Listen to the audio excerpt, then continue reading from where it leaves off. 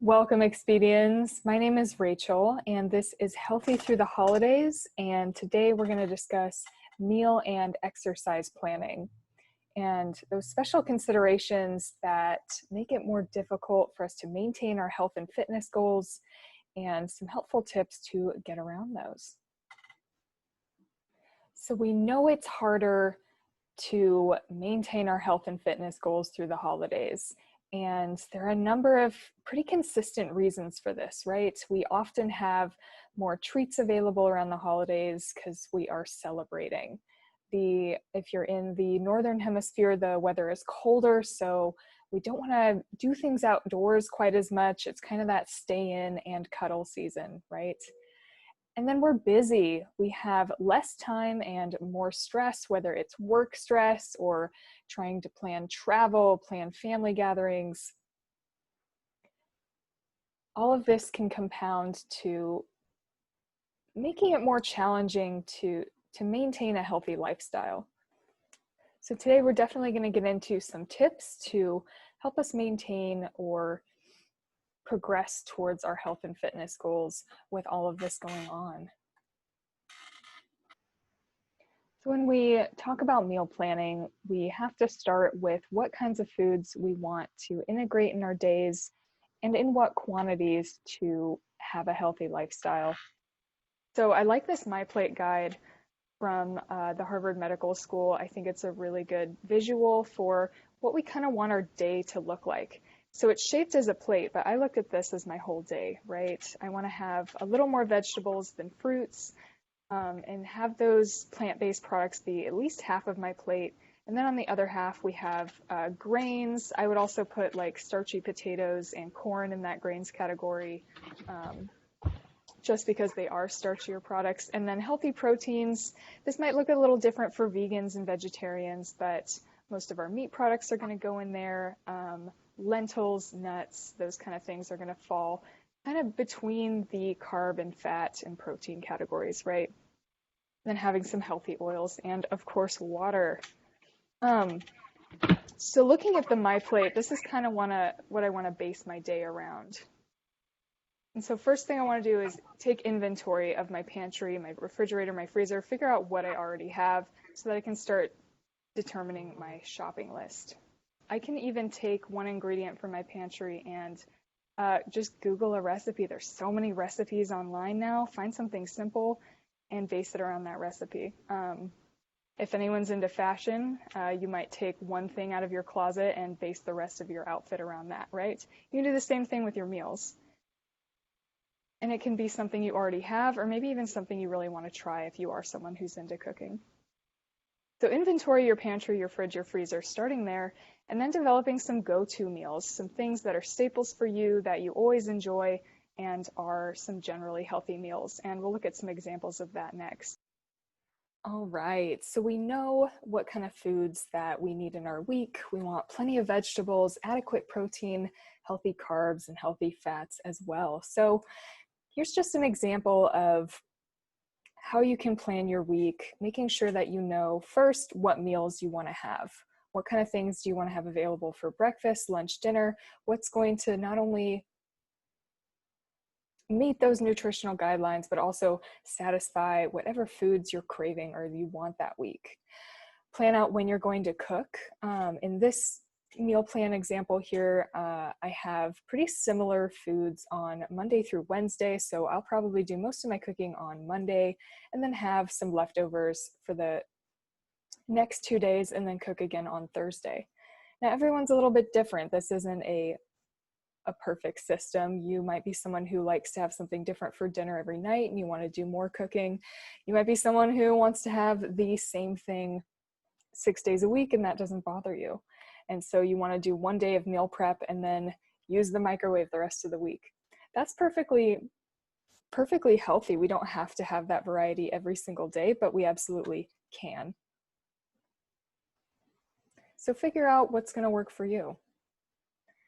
So what meals we want to have, when to cook, and then we also have to figure out our exercise within our week, right? Planning around our busy schedules, our cooking, making sure we're getting enough activity in there. So make sure you know what you're going to do, how long you have to do it for. Make sure you have that time in your day and put it on your schedule, just like a meeting. The more specific it is, the more likely we are to do it, especially during the holidays when things get busy and stressful. Make sure you have a plan going in to know what you're going to do to set yourself up for success. And don't feel like you have to hit that certain specific number of exercise in order for it to be worth it. Even if you just have 5 to 15 minutes, getting that movement in your day is still absolutely worth it. And I really do chase my dogs around the park most Fridays. I get a surprising amount of exercise doing that. All right. All right, so we know what meals we want to have. We decided what days we're gonna prep, and then we gotta make our shopping list. And breaking it up into categories is just a way to get you in and out of the grocery store a little bit quicker, a little more efficiently. So if I have all my fresh produce in one category, or you can break it down like this, fruits and vegetables, and then I know I have all my meats and dairies and then canned goods, then I can move through the aisles pretty smooth and efficiently. And for you independent exercisers, this is just an example of some exercises you can choose from to build your own workout. So picking one upper body, one lower body, a cardio, a core, for each of your strength or maybe power-based exercises or power-based workouts during the week. And choose things that you have available to you. If you don't have a pull-up bar, go for some push-ups. And then if you're someone who wants or needs that instruction, be sure to check out the EG Wellbeing YouTube channel. We have tons of different classes on there that you can follow along to. So some holiday hacks. How do we really get around or overcome those extra barriers we find during the holidays? All things in moderation, including moderation. So just a little tip, be sure you're allowing yourself those indulgences. Sometimes we get so worried about the holidays that we try and keep all of our favorite things out of the house altogether. And that's not necessarily the best way to do it, because we can end up with more cravings and be more likely to binge out on those things without really enjoying them, because we're attaching guilt to it or whatnot. So be sure you're allowing yourself those indulgences and really savor the flavors, enjoy what you're eating. That can give you more fulfillment out of what you're eating. So you may even recognize that you're full quicker and you may be less likely to overeat, but then you're actually enjoying what you're eating. Don't feel guilty about it, or what's the point, right? And then having healthy snacks on hand, so we don't just have cookies to snack on, right? Make sure it's something you enjoy. You know, if you don't like cottage cheese, don't buy cottage cheese. Choose some hard-boiled eggs or maybe some nuts and fruit instead.